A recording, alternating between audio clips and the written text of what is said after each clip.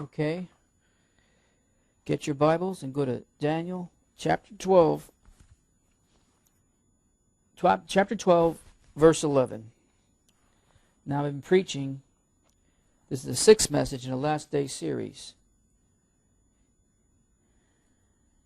And I've covered where some of the doctrines have come from concerning the last day, the last days, and what to expect in them, such as the tribulations, the rapture, and other things mentioned in Scripture. Excuse me. And I've been saying, we need to take a closer look what God's Word says that can be verifiable and take a different perspective and not just base our belief on what we think is going to happen because of preachers and non-preachers presented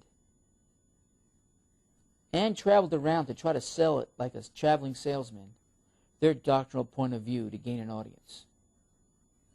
And like I said before the message started tonight, all around about 1830,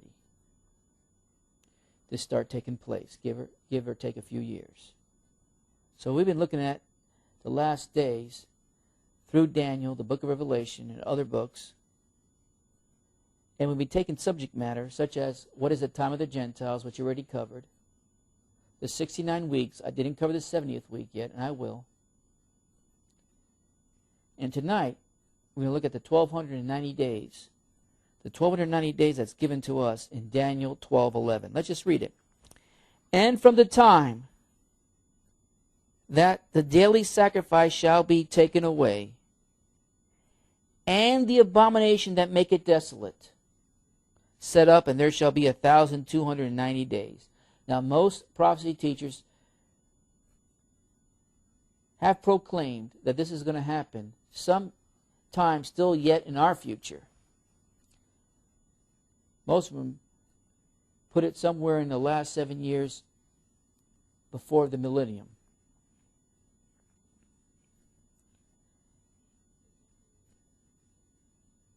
And they don't have much to base that upon, by the way, that can be verifiable. Tonight I'll give you verifiable information why I place it in history in its right place in time. And from the time that the daily, it should read, and from the time the daily what? Daily sacrifices that were taken in that were being offered either in the temple or on the temple site shall be taken away, and the abomination that maketh desolate set up, there shall be 1,290 days. Well, right from the beginning, the premise is all wrong. And you probably have read this 1,000,000 times over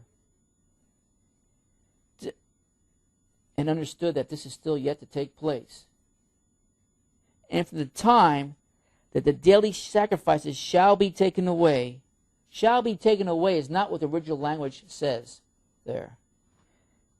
It should be, and from the time the daily sacrifice departed or ceased. So what Daniel's saying, from a time where the daily offerings were taking place, shall depart or cease from happening or removed. You can use that word also. So a set time, and I'll have more to say this a little later in the message. A set time, so even if you don't understand it now, stay with me because I'll come back to it. A set time was going to take place.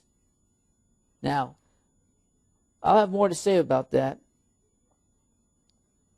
But just make a mental note for it with this thought for right now. That there's going to be a set time when these daily sacrifices cease or depart or remove from their daily activities. And from that time forward, the abomination that make it desolate. Literally, to set up the abomination. Some translate that astonishes. Astonish who? The Jews who Daniel's writing to.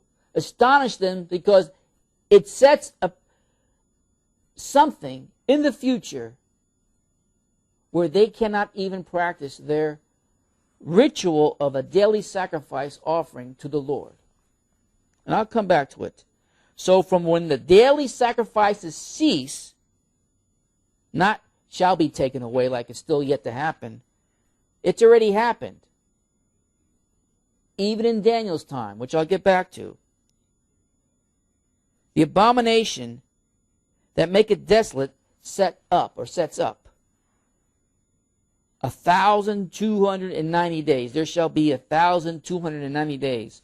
So when the sacrifices cease or are removed, or from that point on, which we will find out later in this message when that exact time happened, add 290 days, you will see an abomination of desolate. Well, how can you make those numbers add up? Because 290 days falls more into what the prophecy teachers teach. 3.5 years or so.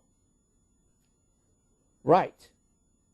But if you've been following me, these 6 messages, in prophecy, concerning the book of Daniel, a day equals a year. A day does not equal a day.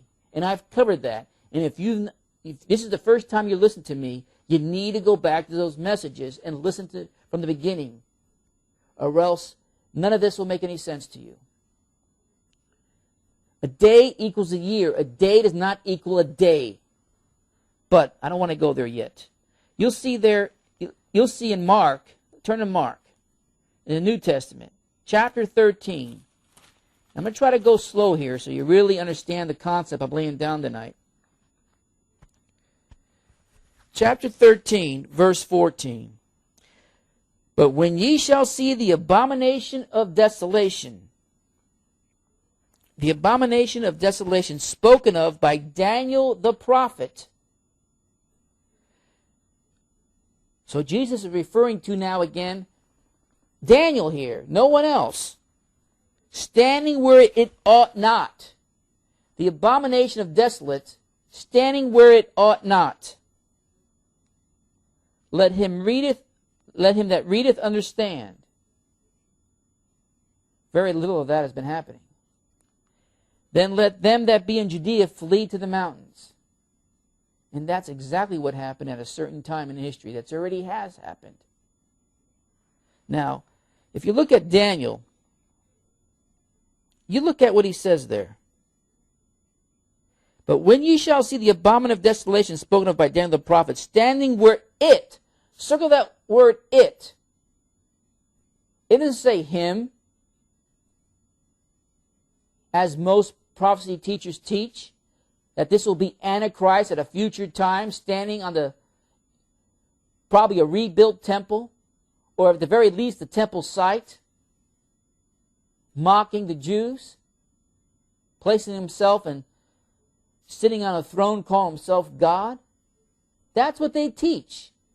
And they have very little verifiable facts. It's mostly hearsay. It's actually creative writing, twisting scripture to prove their point. Standing where it ought not. If you look at this verse, in the language it was written, Mark used a neutered pronoun.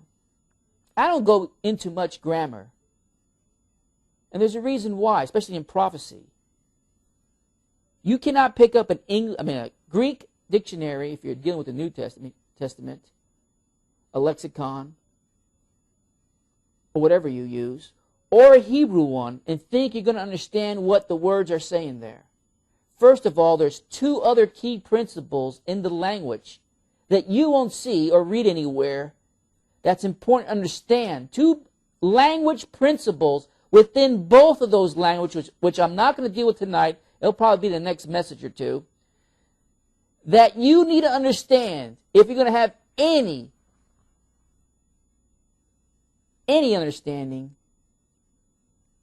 what prophecy declares and how it declares itself, and the meaning of it. Now, there's another dangle for you.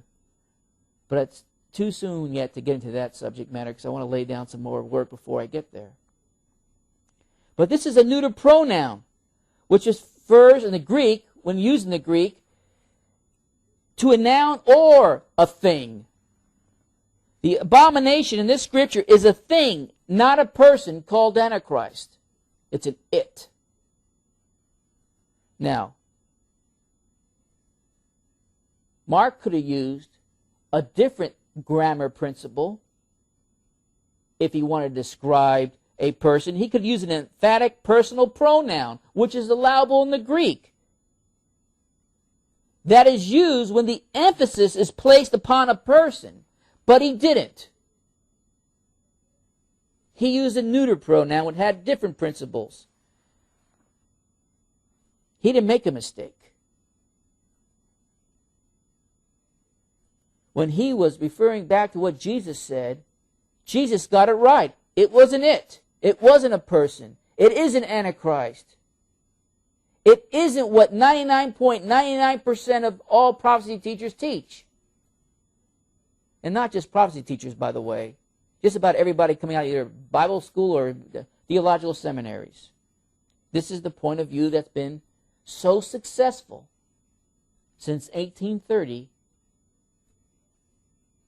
to plant a seed to confuse Christianity, not to help it. Hebrews 11 said faith is based on facts. You might not see the facts because you haven't still received the promise, what you're faithing in, but you see the facts of the past through God's Word.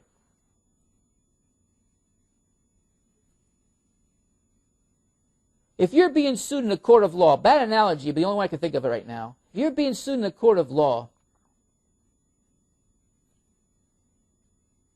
and you have choices of attorneys to represent you, are you going to choose an attorney that's, say, 100 out of 100 cases, or one that's 30% of the cases he won and lost about 70% of the cases he won? That it was involved in? You're going to choose the one that won every darn time, or at least close to it. At least close to it. Are you going to choose hearsay, creative prophecy doctrine, or what God's Word has said over and over again? But the problem is, you can't have faith in it because you've not been taught it. And you have a bunch of silly, and I've seen more of this in the woman groups than the men groups, even though I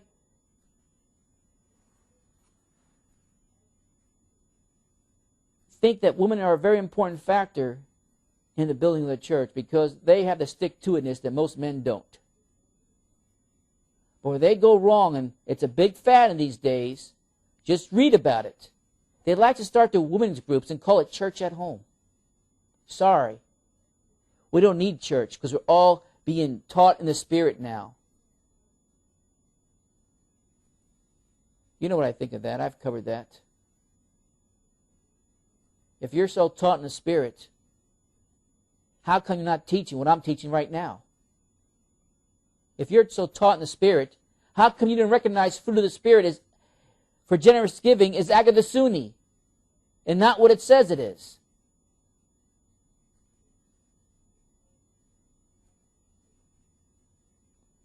You can share as a group. You can pray as a group. But every group needs leadership.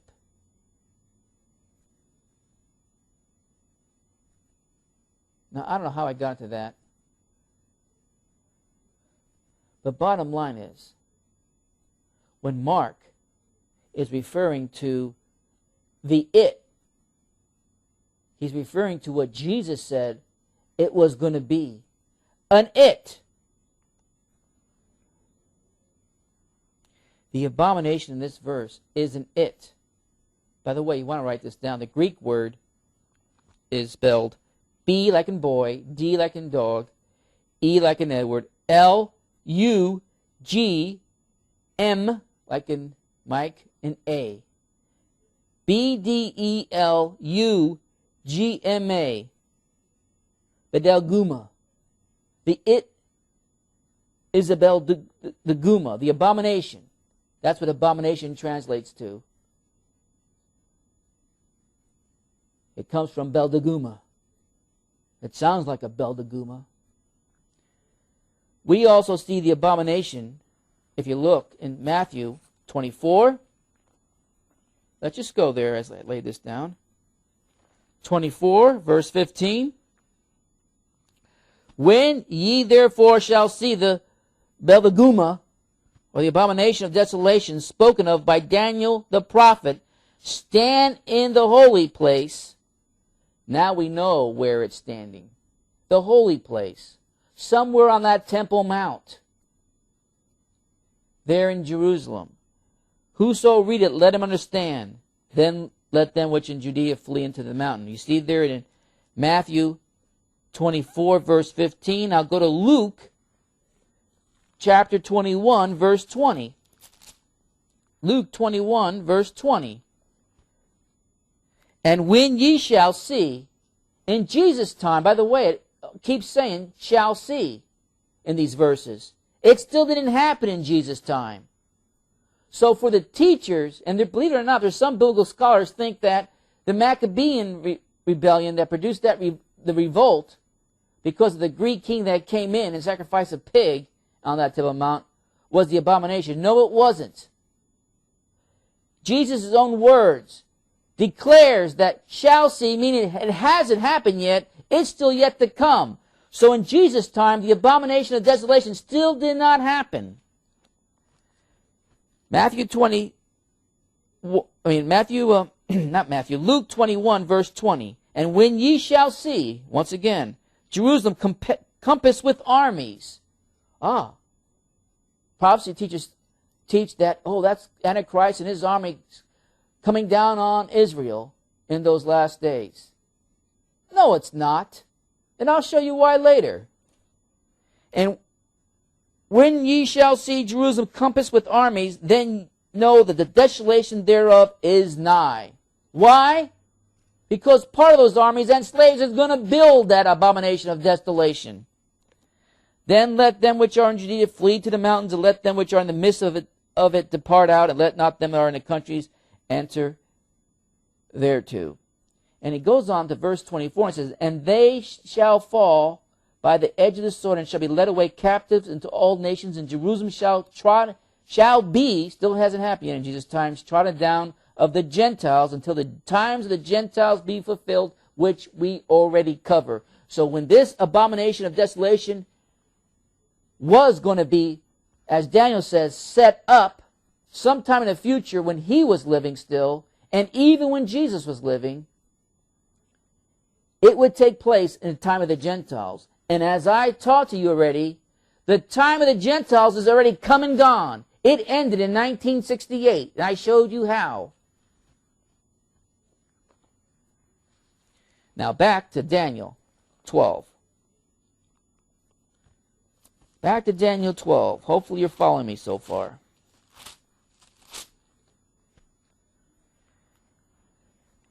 Like I said, are these prophetic days here in Daniel 12, verse 11? Are they prophetic days, 24-hour periods?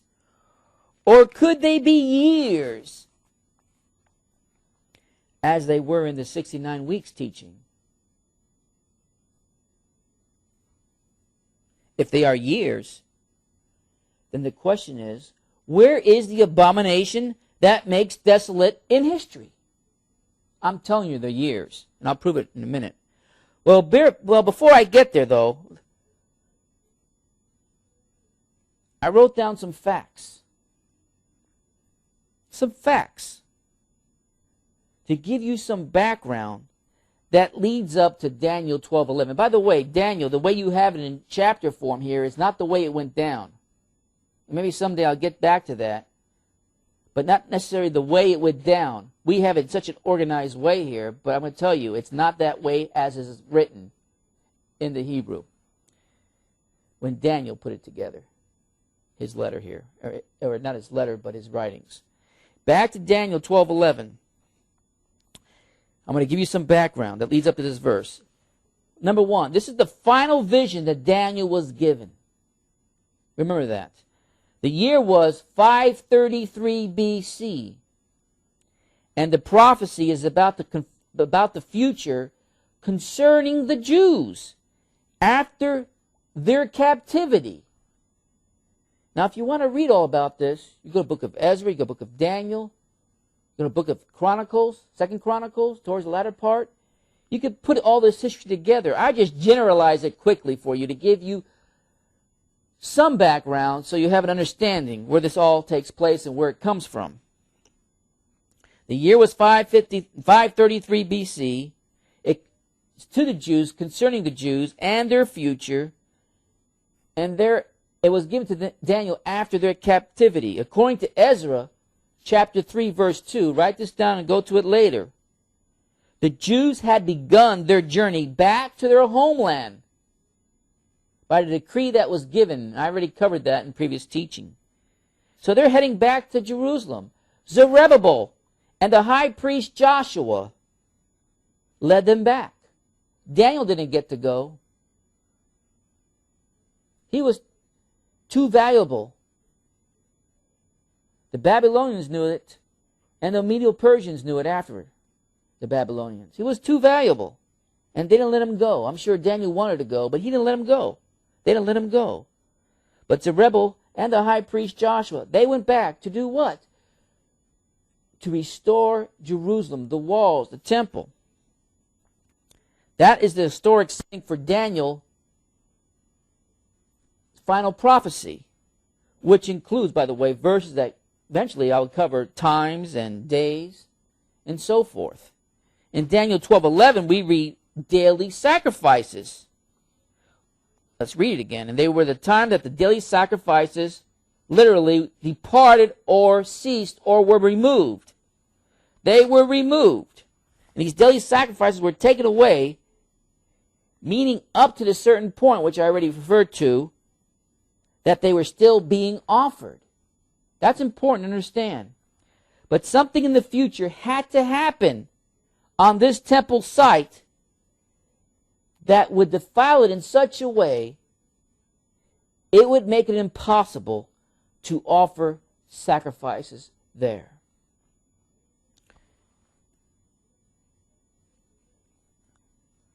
I was going to read some history to you briefly, but I forgot to bring it with me unless I have it in a different, left in a different room. Go to a song quickly. Play a very short song, because I think it's important enough to read to you so you understand the history about why it was important that these temple sites were not defiled. So you have the song, play it.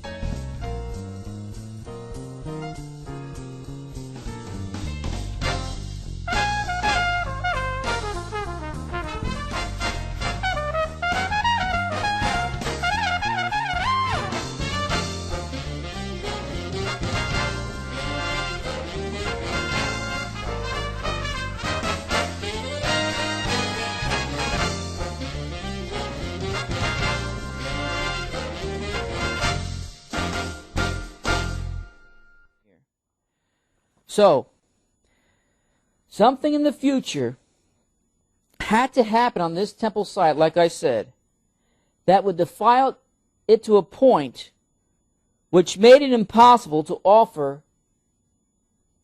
any sacrifices there.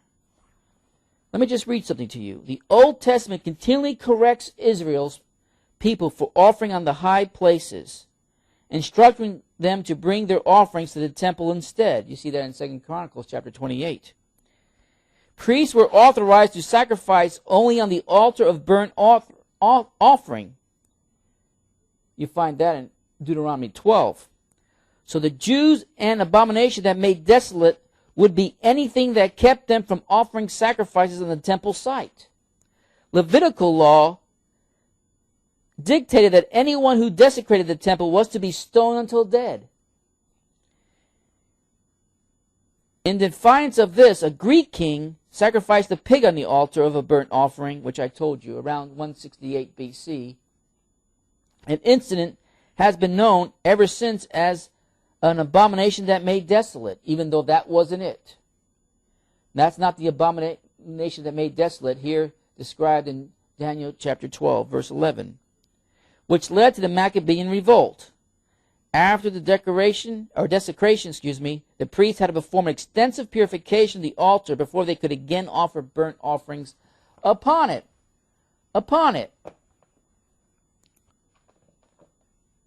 So what Daniel was seeing is a future event that would defile, as Jesus said in the New Testament, the holy place. There's only one holy place, folks, concerning Jewish history. And that's where the temple was built, on that Temple Mount. If you have been taught traditional prophecy and the doctrines, all the doctrines, you would have come to believe, some of you are starting to take a second look, that this event is going to take it's going to take place sometime in your future, if you're still alive, at the end of the Christian era. That's what you've been led to believe. Give or take 2,500 years after Daniel 12:11 was written, after 2,500 years, this prophecy was going to take place. This verse, this section of Daniel, by the way, was written in Hebrew. And it's to the Jews. And it's to the Jews, no one else. During the time of the Gentile period. Well, I thought they went back. They're starting to build, but they still were under the control of an outside power, the Medo-Persian power. They were given a decree, they're given permission, in other words, to go back and rebuild. But they still had to answer to the Medo-Persians. And that's the way Israel stayed all the way until the time of the Gentiles was fulfilled. And, well, I thought they became a nation in the 1940s, yes. But they still didn't have control of Jerusalem.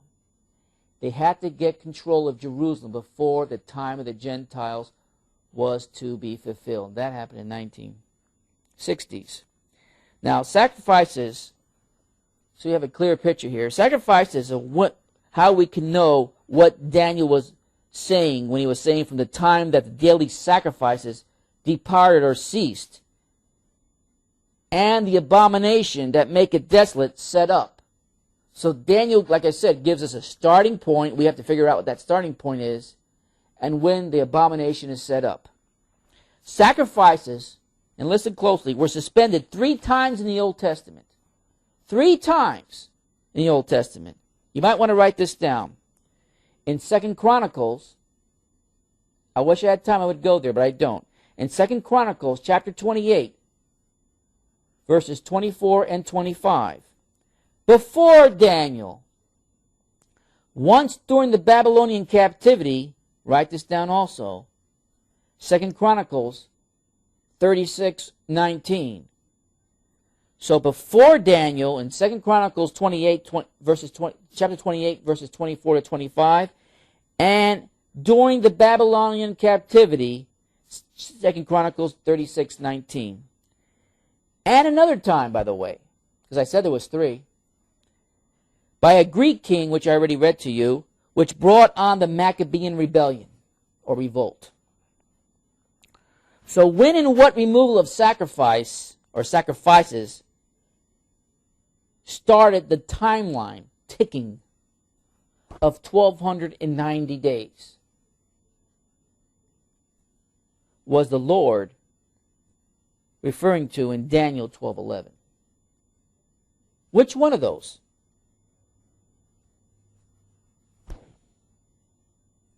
The one before Daniel ever existed? Was ever alive? The one which he did experience? The Babylonian captivity? Or, obviously, he wasn't alive then, but the one around 168 BC during the Maccabean rebellion. We have three to choose from. There's no fourth one, and that fourth one is in the future somewhere, creatively put there by crafty scripture twisting to make the point. God doesn't need craftiness. He's already laid it all down. It's here for us to finally come to an understanding. And as I said before this, by the way, it's very interesting, before verses 10 through 13, Daniel was told to seal the book, because the time of the end May shall run to and fro, and knowledge shall be increased. Daniel wanted an understanding of all the visions that he was seeing, but he was told to seal the book. And in verse 8, it says, and I heard, but I understood not. Then I said, O Lord, what shall be the end of these things? And he said, Go thy way, Daniel, for the words are closed up and sealed to the end of time. That means was not going to be any understanding, starting with Daniel, to a period that can be identified that was the end of time. That's going to be the end of time. I already said it, already started. The clock already started ticking in 1968. That is the last time in God's time plan of times to be fulfilled. And I'll prove that in different ways in future teachings. Not just what I already told you, by the way. There's more to come. So which sacrifices, which of the three starts the clock? Now, we know the destruction of the temple when the Babylonians took over and conquered took place in 586 BC. Write that down, 586 BC. But Jeremiah mentions the sacrifices continued. And this is a very important fact. Jeremiah mentions that the sacrifice continued at the temple site in Jeremiah 41:5. It's important enough to go to. I want you to understand this. Jeremiah 41:5. I know this is a lot of history, but unless you understand it, I don't care how many times you need to listen to these messages. Listen to them over and over and over till you clearly understand, because it's very important that you understand if you want to know what times we are in and how we got there. 41:5. What does 41:5 say? That there came certain from Shechem, from Shiloh. This is after everything was burned down. And from Samaria, even 80 men, having their beards shaven and their clothes rent, and having cut themselves with offerings and incense in their hand, to bring them to the house of the Lord. So there was, even though there was not a temple there was a temple site. And there were still offerings being presented. You see that in Jeremiah 41:5 and what leads up to it in case you want to do your own research. Then they came, by the way, when the governor, Gedaliah, was still governor 7 to 10 months after the temple was burnt. That much we could figure out up to this point, up to 41:5. You go through the history. So somewhere between 7 and 10 months after the temple was burnt, they were still coming from distances to offer their sacrifices, as they were instructed to do so. Now, because they wouldn't do it, and they always try to shortcut the system, and not to mention worshiping false idols, they got carried away into captivity, but there were still some faithful. Now, we don't conclude that there were still some purified priests still at the temple site that were not carried away. And then 2+ years passes by, and we get to Jeremiah 52:30. Jeremiah 52:30, and it reads, "In the 20th year of Nebuchadnezzar, Nebuzaradan, as captain of the guard, carried away the captive of the Jews, 745 persons. All the persons were 4,600. The massive carrying of all the Jews to the Babylonian areas took place prior, 3 years before. Then a time span went by, approximately 3 years, and the rest were carried away. And the rest were carried away. The captain carries them away. The captain carried away the remainder of the Jews. Here we have it recorded in Jeremiah 52:30. Now we know Nebuchadnezzar is on the throne 606 BC. 23 years later is the year 583 BC. That's how we get to the point of 583 BC. 606, put it on the screen. Put it on the screen. If you can. Okay. 606 BC is when Nebuchadnezzar comes in. Then if you minus 23 years, as I covered through Jeremiah, it comes to 583 BC, when the remainder of the Jews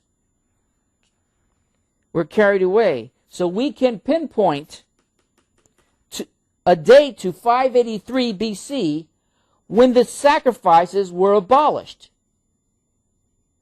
The Babylonians took whatever was left of the nobles, priests, captive, and we have it in Scripture that only the very poor were left behind. They had no interest in them. They already had what they wanted.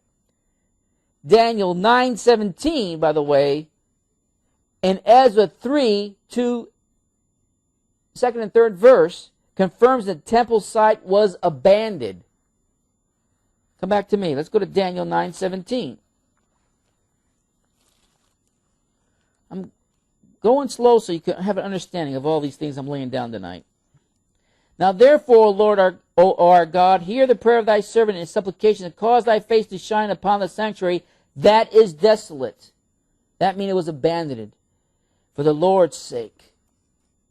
So we know no longer, after the 23-year period when Nebuchadnezzar took the throne of Babylon, the final remnants of the Jews, the remainder of the Jews, were carried away, including what was left of the nobles and the priests.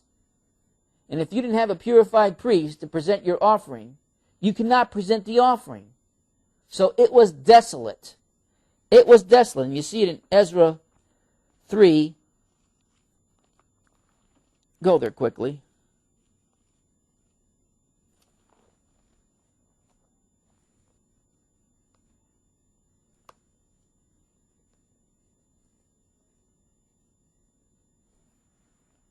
Verse 2 and 3, where Joshua, the high priest, as I mentioned earlier, and Zerubbabel went back, fulfilling the decree that was declared by Cyrus and others to go back and rebuild Jerusalem. And now they are back. Even though Daniel's still where he's at, they are back. And they stood up, Joshua the son of Josadak and his brethren the priests, and Zerubbabel the son of Shealtiel and his brethren, and builded the altar of the God of Israel to offer burnt offerings thereon, as it is written in the law. Moses, the man of God, and they set the altar upon his bases, for fear was upon them because of the people of those countries, and they offered burnt offerings there upon the Lord, even burnt offerings morning and evening. Morning and evening. Now, in verse 4 goes on to say the daily burnt offerings are now taking place again.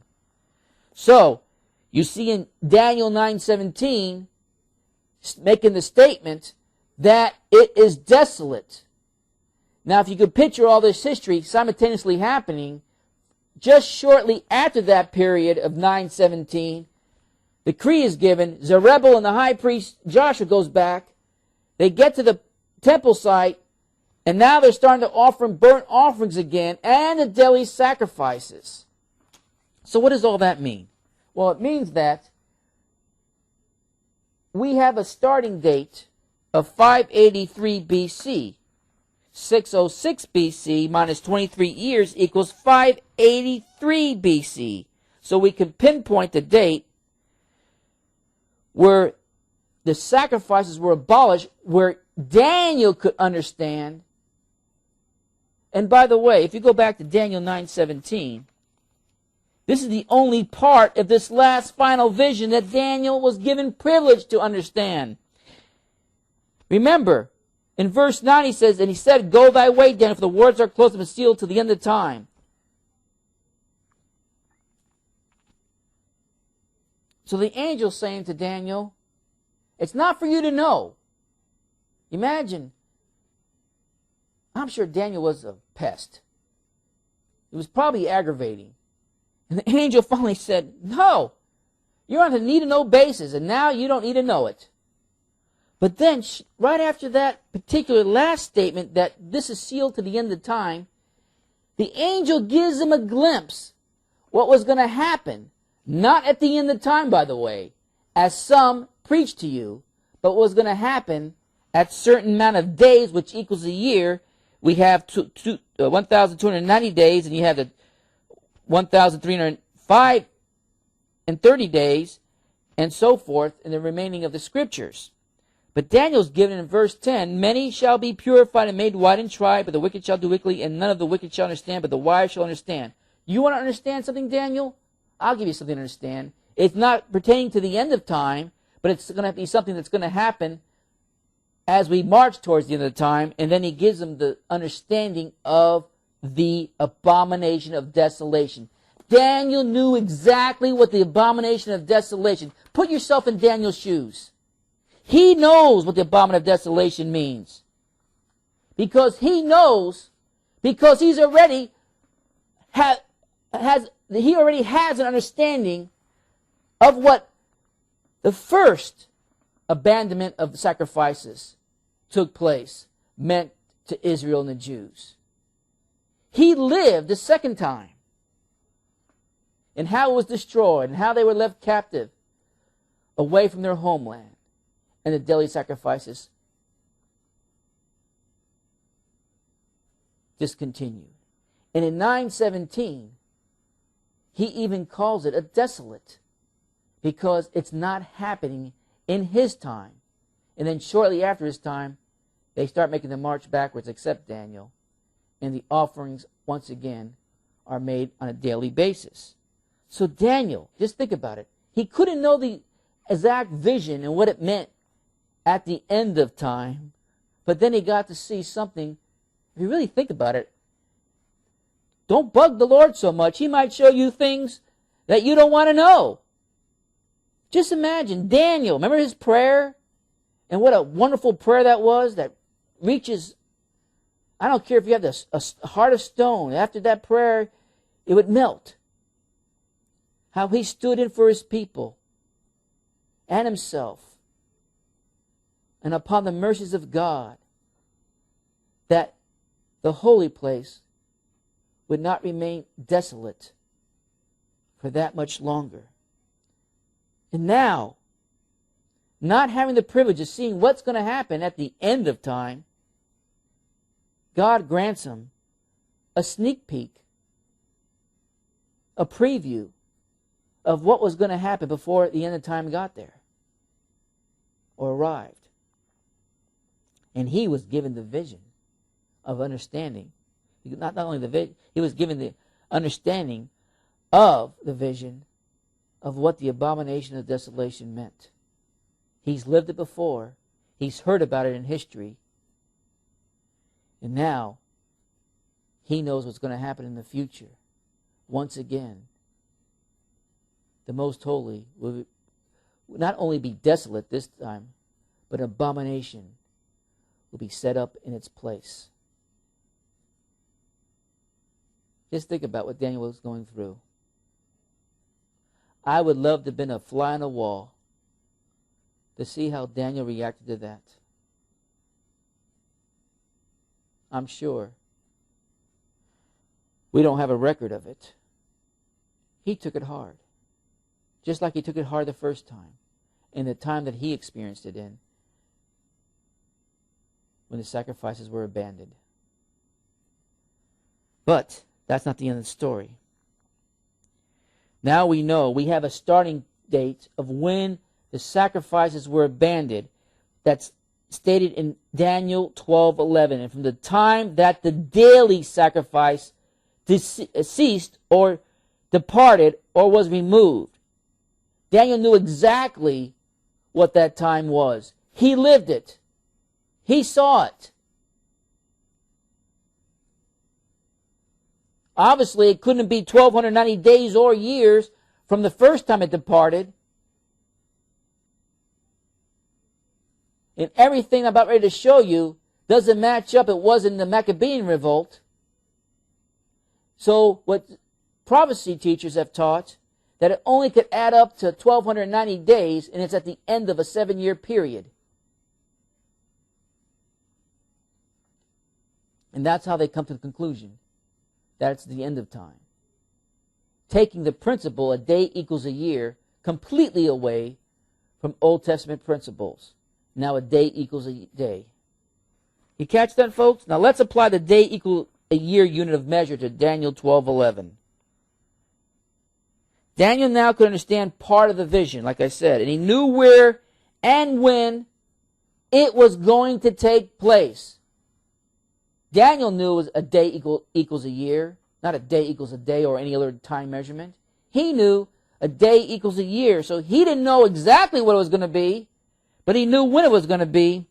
He also knew that the abomination, here in verse 11, was going to trespass on the temple site, which would make it desolate, by the way, which I ever said.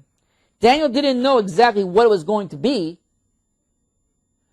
but we know with understanding, for what we know now, looking back in history, not only when it was going to be, but what it is.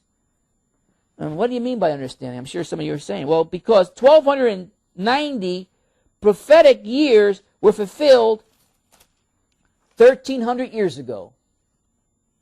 In 688 AD. Put on the screen. Move fast. 688 AD. 1,290 fulfilled.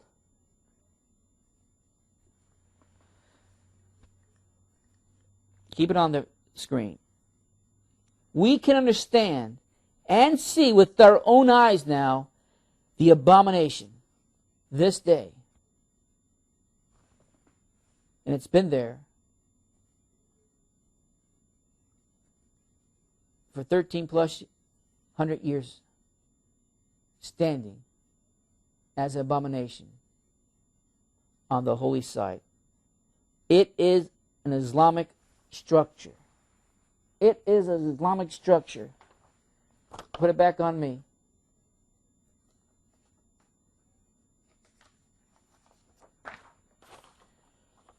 put a picture on it. Put it back on the screen. What structure is this? It's a memorial to Muhammad, the Dome of the Rock, on God's Temple Mount. In 688 AD, we have now, for the first time in history, Islam in Scripture. Islam in Scripture. Islam constructed the abomination that makes desolate. Stare at it, folks. That's the abomination that makes desolate.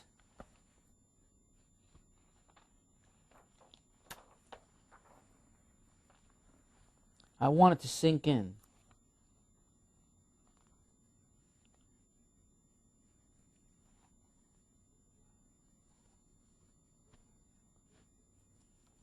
Now I'm going to read something else to you. Come back to me. No, just keep it on there. Just keep it on there as I read. It doesn't matter. You don't need to look at me. When Caliph Omar entered Jerusalem in 639 AD, he was a Muslim out of the Islamic Empire. He was met by Sophronis, bishop of the Jerusalem church, who showed him around the city. Seeing the Temple Mount, then in rubble, by the way, still, Omar declared that he was going to build a memorial to Muhammad on the original site of the Temple of God. Sophronis exclaimed in horror, quote, "Verily, this is the abomination of desolation as spoken by Daniel the prophet, and it now stands in the holy place." End of quote. Though Sophronis was an old man of about 80, Caliph Omar put him in prison and forced him to forced labor, the severities of which killed him. This old man of 80 years old got it right. Got it right, and Christianity's been getting it wrong ever since. Blinded by Satan. Blinded by Satan. Come back to me. It became desolate. That temple site, 1,300 plus years ago, and it's still today. Back to Daniel 12:11. And from the time that the daily sacrifice deceased or removed, and the abomination. Circle that word, abomination. It has the same meaning in the Hebrew as in the Greek, by the way. A filthy, disgusting thing. I'm sure I'm not going to make many friends. I probably should look over my shoulder when I say that about the Dome of the Rock. Even though it's only the second temple, actually the third temple of significance. Some even think the temple that's just to the west of it is even more important than the Dome of the Rock. But nevertheless, this was on the Temple Mount. It's a filthy, disgustable, detestable thing. Detestable thing. The Hebrew word, you want to write it down, S-H-I-Q-U-U-T-S, shikutz. I want to say something else, and it'll probably be fitting in the English language. It's a shikutz. The Greek, I already gave you that. I like the Hebrew word better. It's a shikutz. I'm not cussing either. It's a filthy, disgusting thing, a detestable thing. It has no business being there. It's an abomination of desolation. Of desolate, that make it desolate. Now, I'm going to put it back on the screen. Now, maybe if I make a little timeline for you, you have a better idea what I'm trying to do here. 583 BC. We'll just call this AS right now. The abolition of sacrifices. The removal of sacrifices. And let's just make a line here and go all the way down to 688 AD. This is when the Dome of the Rock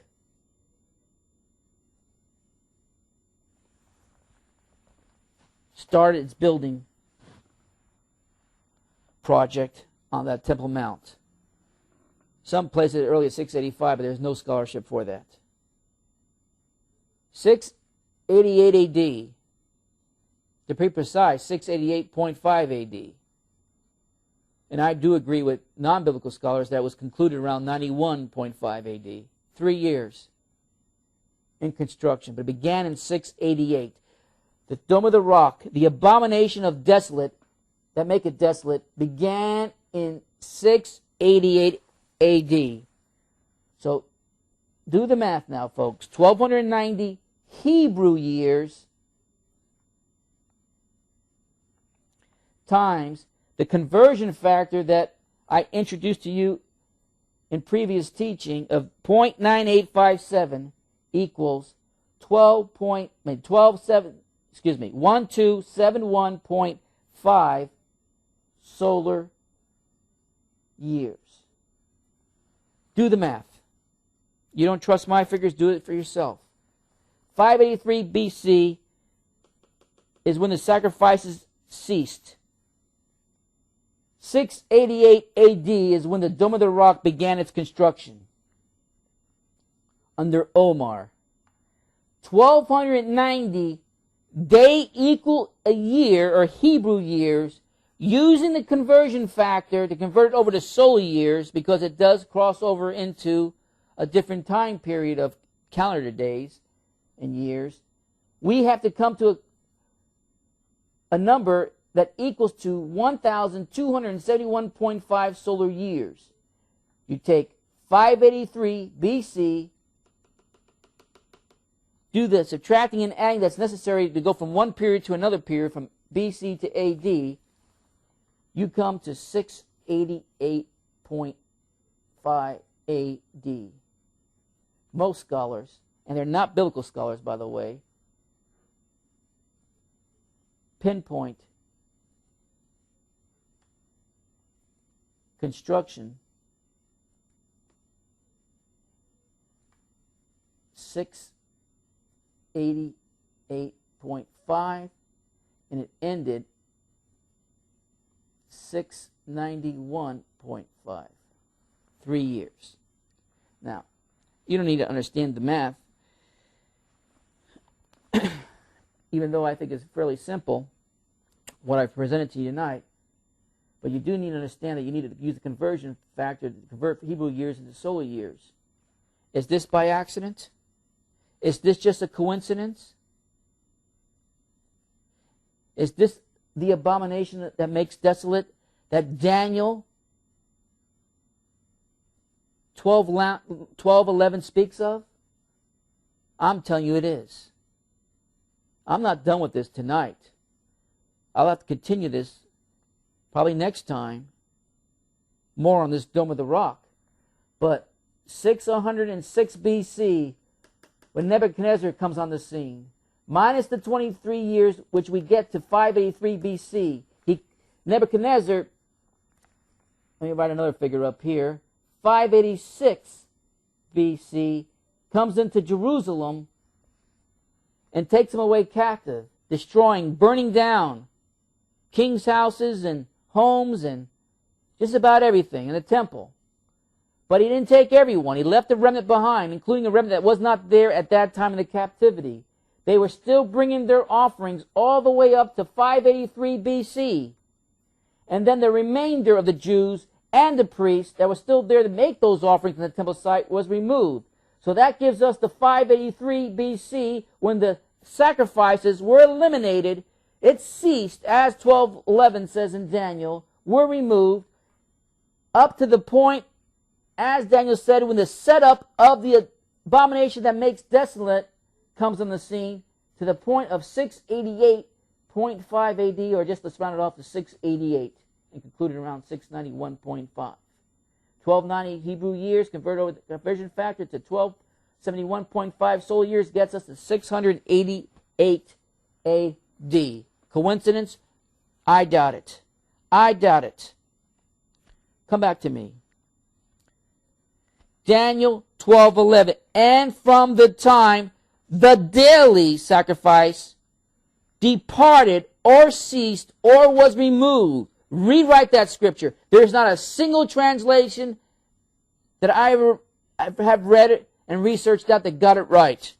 And from the time the daily sacrifice departed, deceased, or was removed, so we have a starting point of when the sacrifices ceased. And since it was given to Daniel, for Daniel to understand, and the end time vision wasn't, Daniel knew exactly when that happened. At 583 BC, when the remainder of the Jews were removed from Jerusalem and carried into captivity. So Daniel had a starting point. And from Daniel, 1290 years forward, we get to 688 AD, using the conversion factor because we cross over.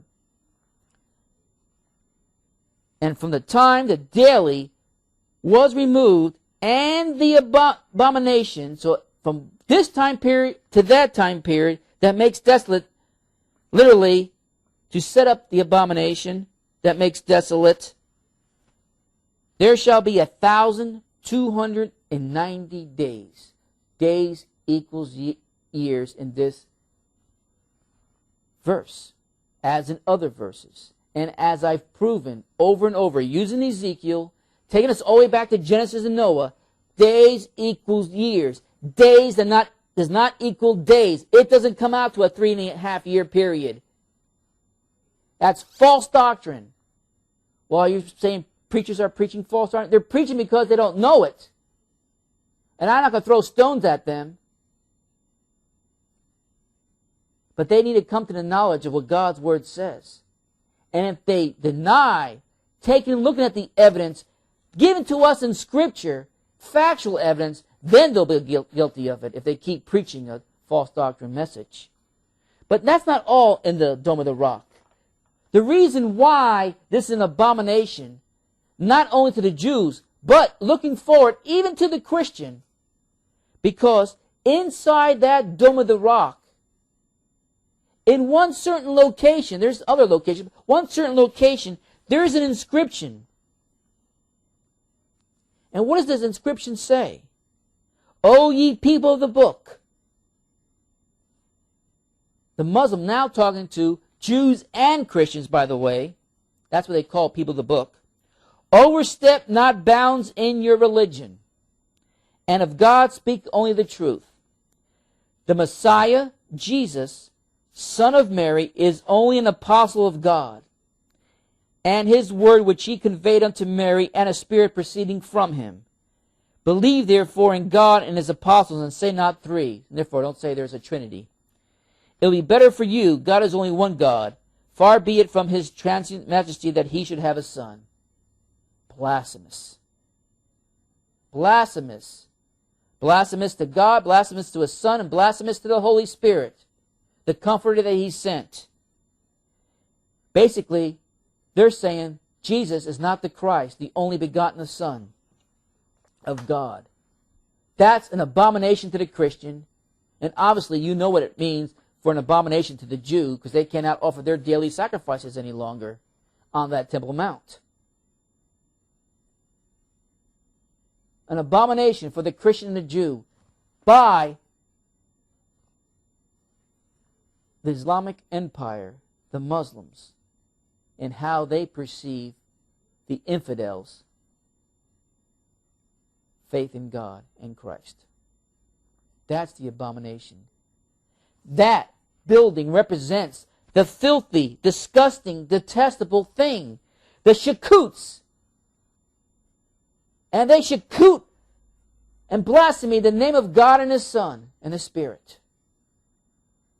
John 3:16. I'm almost done with this message tonight. John 3:16. You've heard it many times over. You've seen it at sports events. For God so loved the world that he gave his only begotten Son, that whosoever he believeth, literally faith, pisteo, not pistis, pisteo. Remember I told you pistis is really the starting point of faith. Faith comes by hearing and hearing the Word of God. In the Greek, hearing over and over. Pistis, you're persuaded by what you heard to be true. It gets you started in the right direction. Pisteo takes you further. You have trust and confidence in Jesus Christ and His Word. That's why I said you get to a point of the amen state, or what I said, the so be it state. God's Word say it, so be it. And you're unmovable in that. You're unshakable. You're unshakable. No one could shake you over anything. You'll be moved by anything or any doctrine that comes your way, because you have trust and confidence in God's Word, what He says, and whatever promise you claim in your life, so be it, knowing that God and Christ will be there with you also.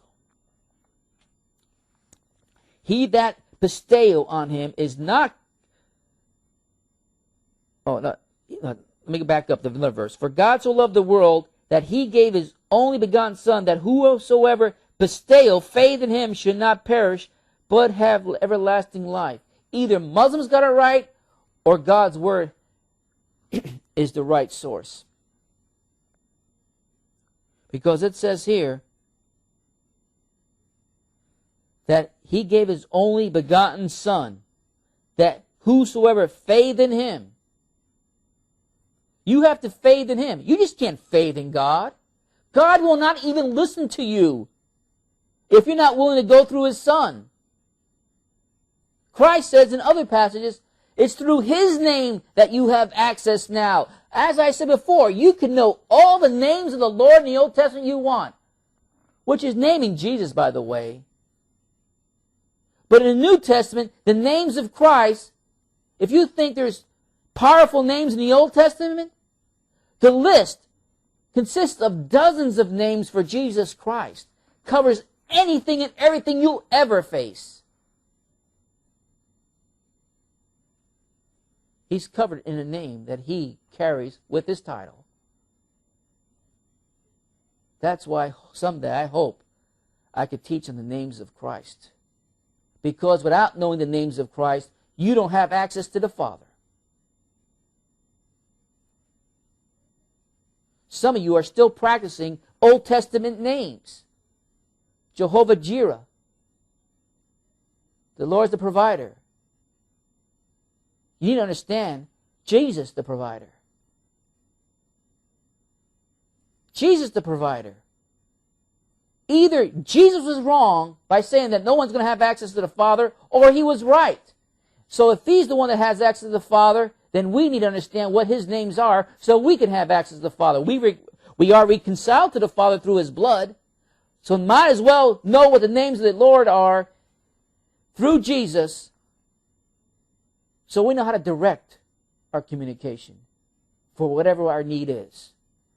And until you do, just saying the name of Jesus is good enough. So don't fret over it. I'll get there sooner or later, God willing. John 15:23. John 15:23. He that hateth me, hateth my Father also. So what Jesus is saying, Muslims, if you hate me, you hate the Father. Don't be praying to Allah. Allah is not going to listen to you. He hateth you. He hateth you for two important reasons right now. You have built an abomination that makes desolate for the Jews, and that abomination is your declaration that Jesus, the Son of God, is only an apostle. You degrade Him down to a human being without any significance. And not to mention the Spirit. You hate Him. You hate Him. Let's go to 1 John. Let's go to 2 John. I want to drive that point home. 2 John. Chapter 1, verse 7. For many deceivers are entered into this world, who confess not that Jesus Christ is come in the flesh. Oh, isn't that true? This is a deceiver and an antichrist. Antichrist is not used, as some think, many times over in the New Testament. It's used only a few times. And here's one of them. This is deceiver and antichrist. So who is deceiver and antichrist? And most of you think it's a personal being. For many deceivers are entered into the world who confess not that Jesus Christ is come in the flesh. This is Deceiver and Antichrist. Look to yourselves that we lose not those things which have wrought, but that we receive the full reward. Whosoever transgresses and abideth not in the doctrine of Christ, what doctrine? The doctrine of Christ, hath not God. You don't have the doctrine of Christ, you don't have God. He that abideth in the doctrine of Christ, he hath both the Father and the Son. 1 John chapter 4.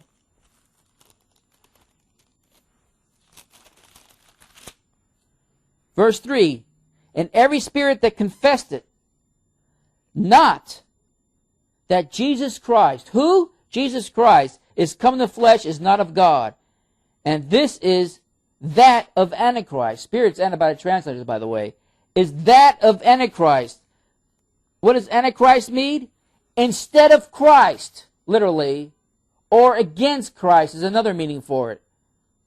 So you're against Christ if you don't confess that Jesus Christ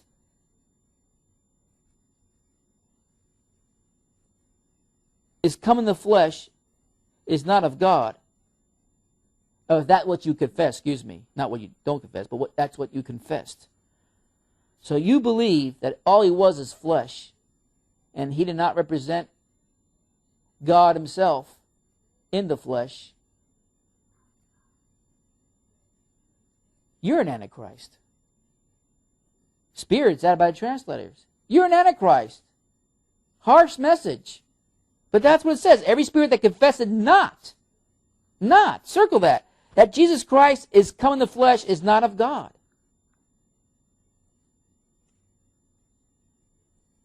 Verse 2 before that. Hereby know ye the Spirit of God. Every spirit that confesseth that Jesus Christ is come in the flesh is of God. And the ones that don't, in verse 3, and this is that of Antichrist. This is that of Antichrist. Who, not who, what religion has professed that more than any other religions that ever existed and are adamant about it, that they put in their own religious buildings that Jesus is not the Son of God and the Holy Spirit had no significance? Doesn't even exist. Who? Think about it, folks. Islamic religion. The Muslims. No matter what faction of it either. The Islamic religion. And this is that Antichrist where ye have heard that it should come, and even now already is in the world.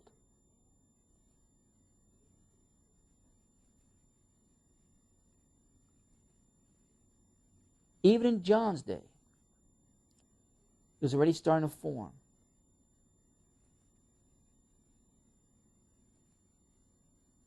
That Jesus Christ was not the Son of God. Not the Son of God. Go to 1 John chapter 2 and I'll conclude there. I think I've driven the point home. Verse 22. Who is a liar but he that denieth that Jesus is the Christ? Muslims, you're a liar. People that practice the Islamic belief and religion are liars. You're an abomination that maketh desolate, and you're a liar. You're a liar because you deny that Jesus is the Christ.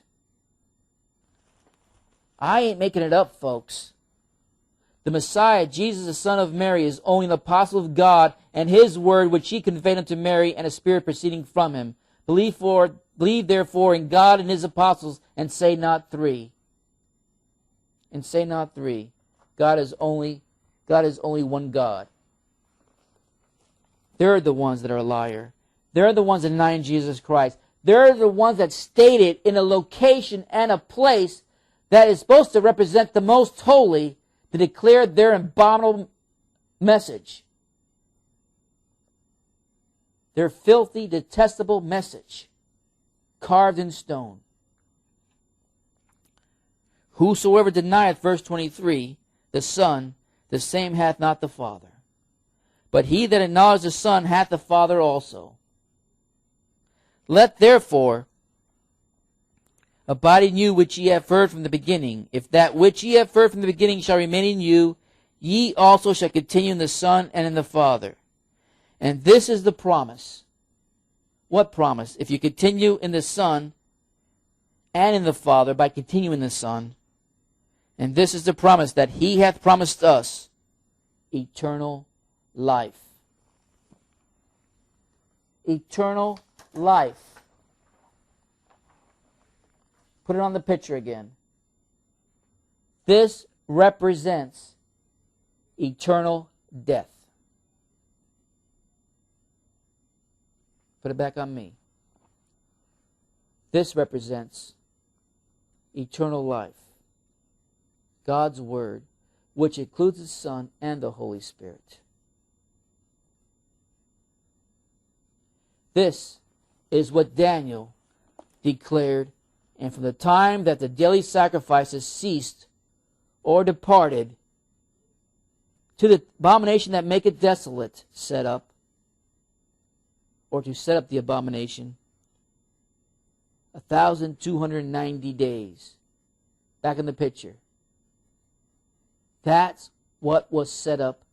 1,290 years, calculated by a conversion factor into solar years, because we had to, because we crossed over, to 688.5 AD. With the starting point of 583 BC, in Daniel's time, is when the sacrifices ceased. So he could pinpoint it, because he lived it. Not to an earlier time, as I pointed out to you if you wrote it down, the first abandonment of sacrifices in the first Deuteronomy scriptures I told you to write down. No, not that time. 583 BC, the time that Daniel could point to and understand, to a point 1290 years later, when the Dome of the Rock started its construction. It's still there now. Christians haven't figured it out for 1,300 plus years. I think one of the reasons, even though this was allowed to be understood even in Daniel's time, previous visions wasn't. This was. Because this would happen before the time of the end. In verse 9 in Daniel 12. And that's why he was given understanding. That's why we can't have understanding. That's why Christians for the last 1,300 years could have understanding. That's why that one priest in Jerusalem, when Omar came marching in with his armies, by the way, which caused, come back to me, which caused Judea to flee into the mountains and to disperse throughout the rest of the world, where back in the 1800s there was only 550 Jews to be found in Israel. And since then, it's been building back up. It's was being restored, and it's now restored. And it's now a nation not under the time of the Gentile rule any longer, because the last time of period, the end of time, the time of the end has begun. The clock is ticking. Most of the Christians are not even seeing it. They still think it's some far-fetched time period hundreds of years away. I just heard that the other day. It's at the door. We're living in the last generation. And I'll get to that later on in this series. It's time to get busy. It's time to recognize who the enemy to the Christian and to the Jews are. Stop catering to them and start standing up against the filthy,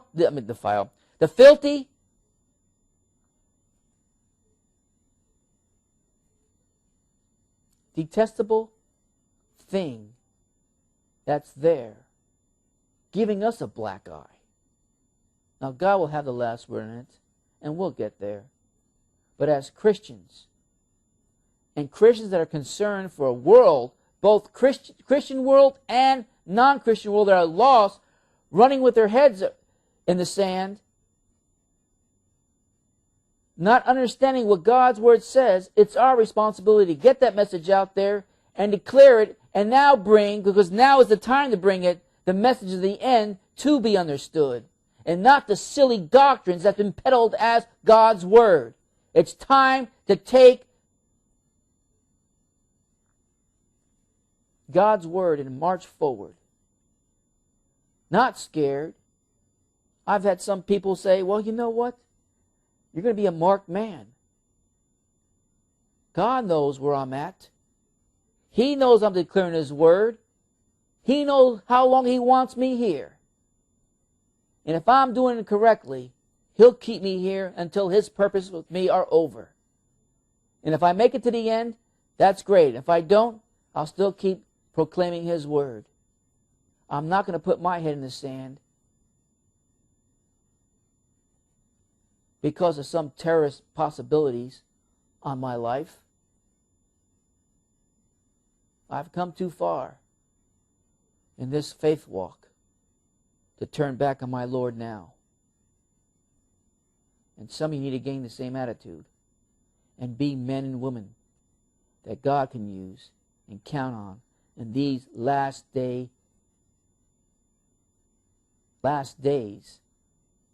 that we live in. It's time to stand up and be counted for God in whatever purpose He has you to fulfill, including what you can do to get this ministry out there to bring that fulfillment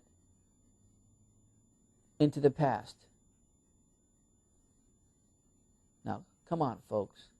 Like I said, I expect people to take this message and preach it better than me. But somebody has to start it out there.